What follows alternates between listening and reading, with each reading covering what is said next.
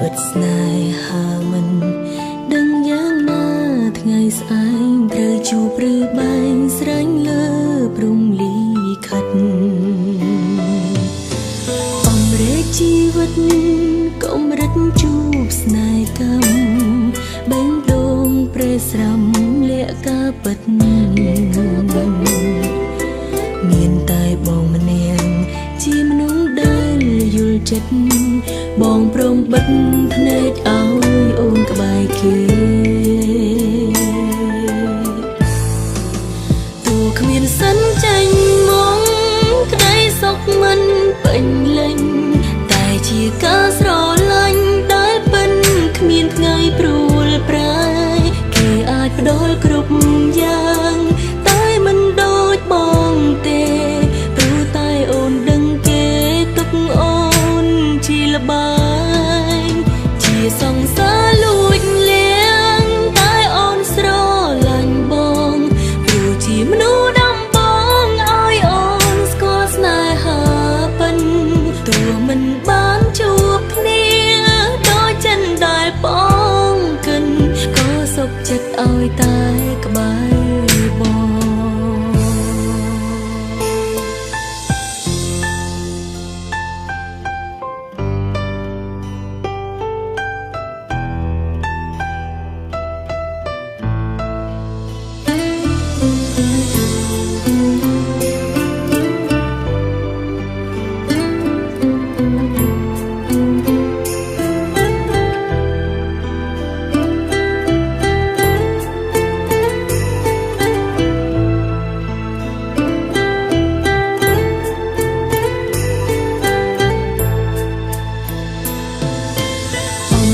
ជីវិត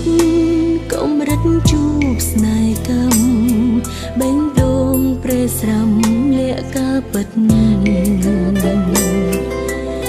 នតែបងម្នាក់ជាមនុស្សដែលយល់ចិត្តបងព្រមបិទភ្នែកឲ្យអូនក្បែរគេទោះគ្មានសិនចេញមកក្តីសុខមិនពេញលេញជាការស្រឡាញ់ដែលពិនគ្មានថ្ងៃព្រួលប្រែគេអាចផ្ដល់គ្រប់យ៉ាងតែមិនដូចបងទេព្រោះតែអូនដឹងគេទុកអូនជាល្បែ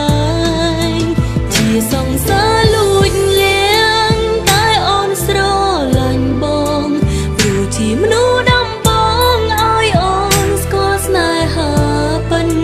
ទោះមិនបានជួបគ្នាដូចចិនដែលបងកិនក៏សុខចិត្តឲ្យតែក្បែរបងគ្មានសិនចេញមកក្តីសុខមិន